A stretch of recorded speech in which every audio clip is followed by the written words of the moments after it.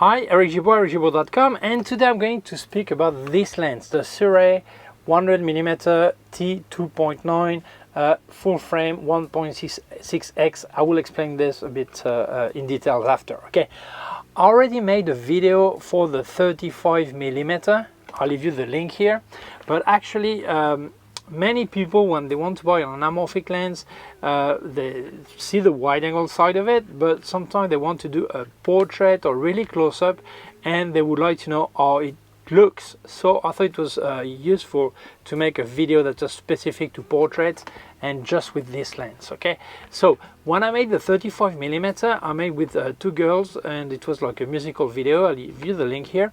And today Pablo was going to come and help me as like the other day, okay, and the model was going to pose, but last night she got really sick and it was impossible for her to come. I didn't want to delay anymore, so Pablo said, I will pose for you, no problem, will be a model. So thank you so much, Pablo, for posing for this, to have this portrait test. So I'm going to tell you the results and my impression about this lens. So let's start. At the end of the video, I will put the movie, 1-minute movie I created with Pablo, so you have you see the result and the full movie, okay, and you have the effect and the background, all this. So this series is called Venus. They have four focal length: 35, 50, 75, and 100mm. I tested the 35mm, and this one is the 100. Now, what it is tested both, but this is the first time I review this one. I make a video for it. Okay.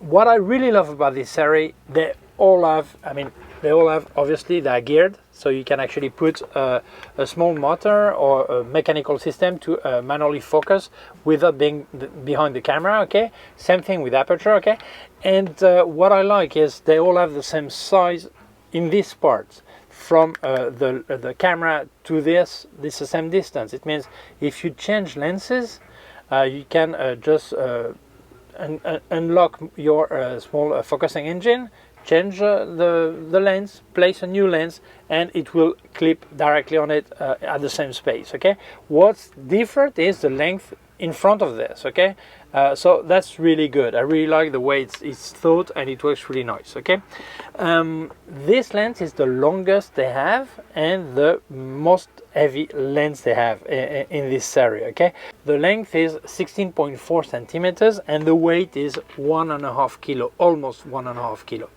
One thing that is really important when you use really heavy lens, whether it's for fauna picture or wildlife, whatever, or this to make video, it's really important that you make a support. I mean, in some situation you will some lenses you screw the tripod mount on the lens.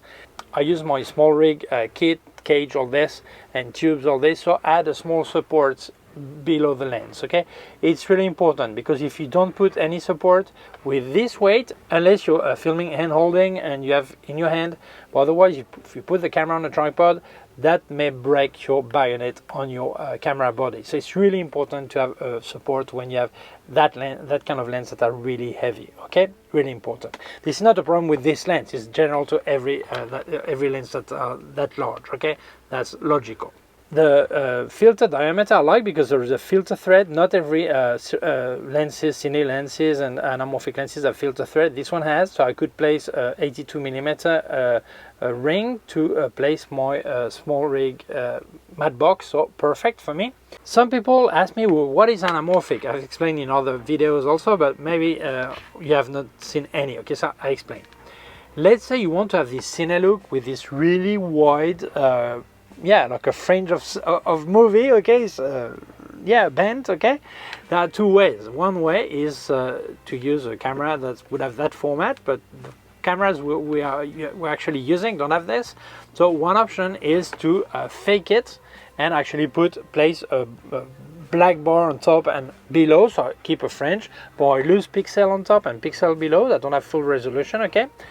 And the other way is to use an anamorphic lens, and as you can see on the front here, it's really different here. Okay, it's like oval inside, and what it will do, it will actually squeeze the picture that is a lot larger than your yeah, your sensor ratio, okay? That is 3:2 in my case in the full frame, okay?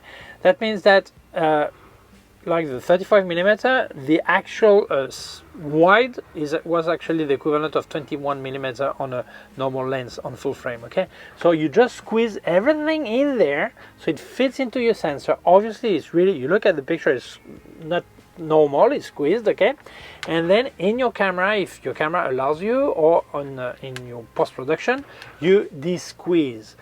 In this case, you will see you have to de-squeeze 1.6, which is the squeeze factor, okay?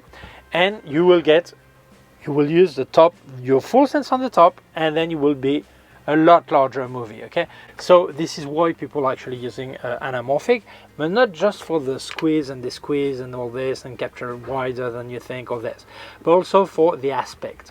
The point of light are a bit more oval, a bit different, and anamorphic lenses, they do a specific flare that is like a rev light, and like it can be blue, it can be gold, can be silver, depends on the kind of lens you're using.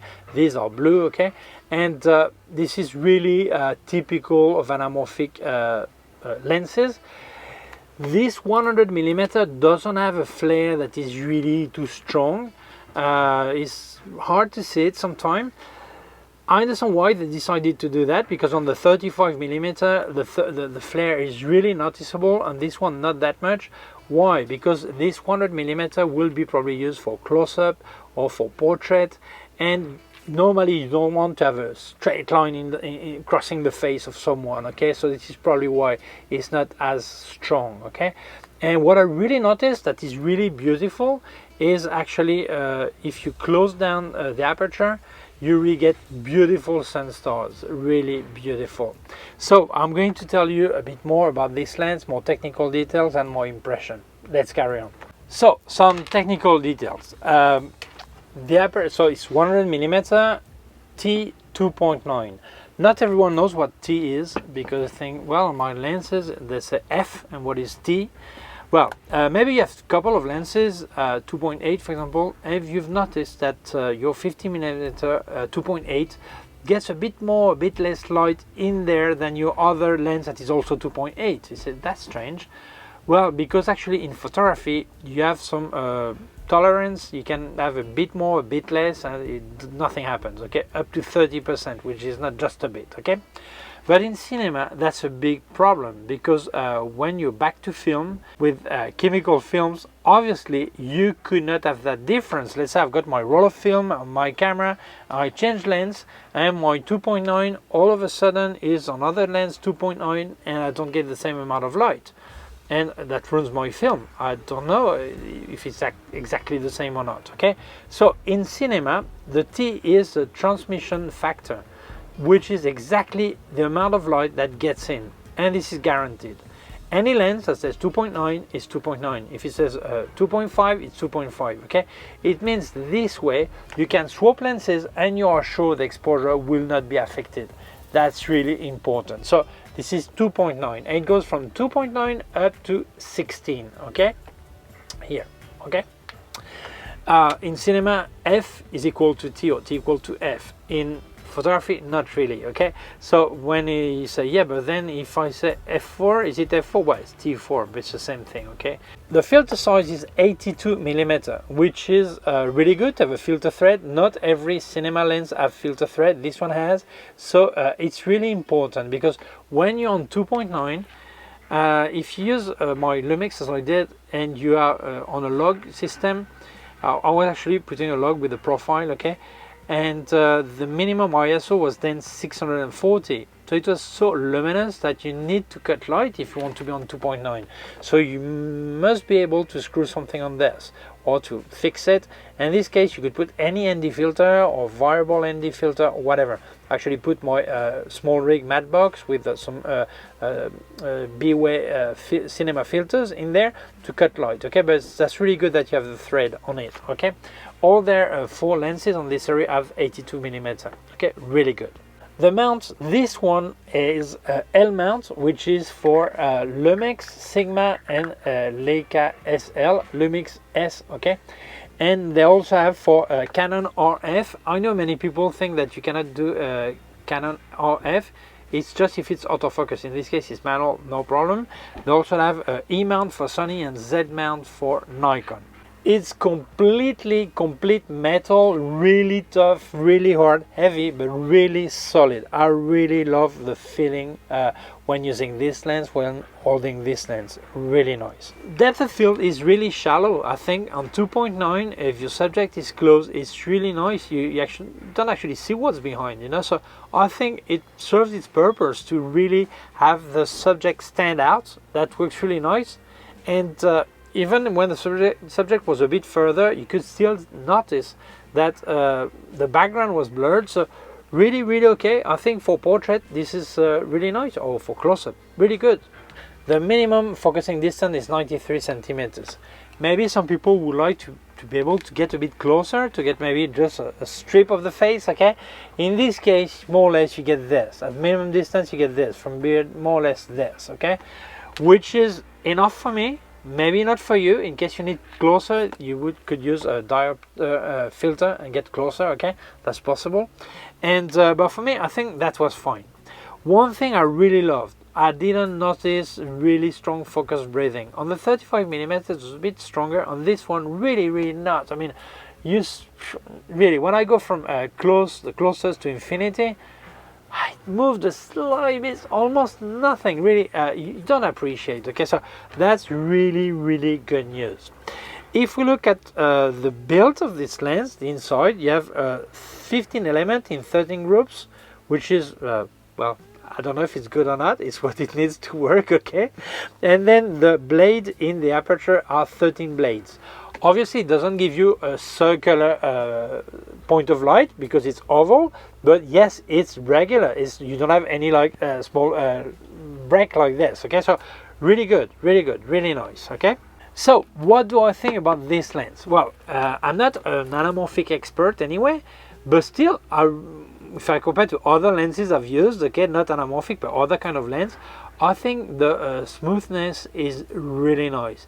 Is it a sharp lens? Well, not really that sharp, but that's good news because I don't want a really sharp lens. I'm not doing macro photography, or I'm not doing a National Geographic jungle movie, okay? I want something that really looks cinematic, and for me, you cannot have something that is over sharpened on cine, okay? So I think it's nice. You just have the sharpness, just the one you need, and the softness you need, okay? And the background is really nice, really smooth, nice transition. I really like it. Really nice lens. So would I recommend this lens? Well, honestly, I think that if you want to get into cinema production, videos, if you want to do anamorphic, many people think they could get away with just one lens, okay? And very often they get a middle of the road, like 50mm, and it's always a bit too tight or not close enough, okay? It's, yeah, if you have just money for one lens, that's an option. Many others go for the really wide because it looks great, like the 35mm, I really love it. And then you feel like, yeah, but just right now I need something a bit closer. And this is where the 75 or the 100mm comes in. And I think if you think about what we use for photography, when we use zoom lenses, we become really lazy. We just touch zoom and that's it. When we start using prime lenses, then it's another philosophy. You know that you have to move yourself. But when you do cinema or video with anamorphic lenses or cinema lenses, well, prime lenses in general, then you plan a lot different. You plan what you're going to do, how you're going to do it, what part you record first and then second, and all this, and in what order you're going to use your lenses, all this. So you end up realizing that you don't need that many lenses. With two lenses, probably maybe three, but normally two, you can get away, okay? Maybe an extra wider one or extra longer one, maybe for some situation. But really, with the 35 and the 100mm, you can do so many things. So I think that anyone interested in anamorphic cinema, that's a good way to go, to have a duo set like this, to get 35 and 100mm. And if you just want to get the 100mm, and the idea was for portrait, as I did, the background is so smooth, so nice, I really like it.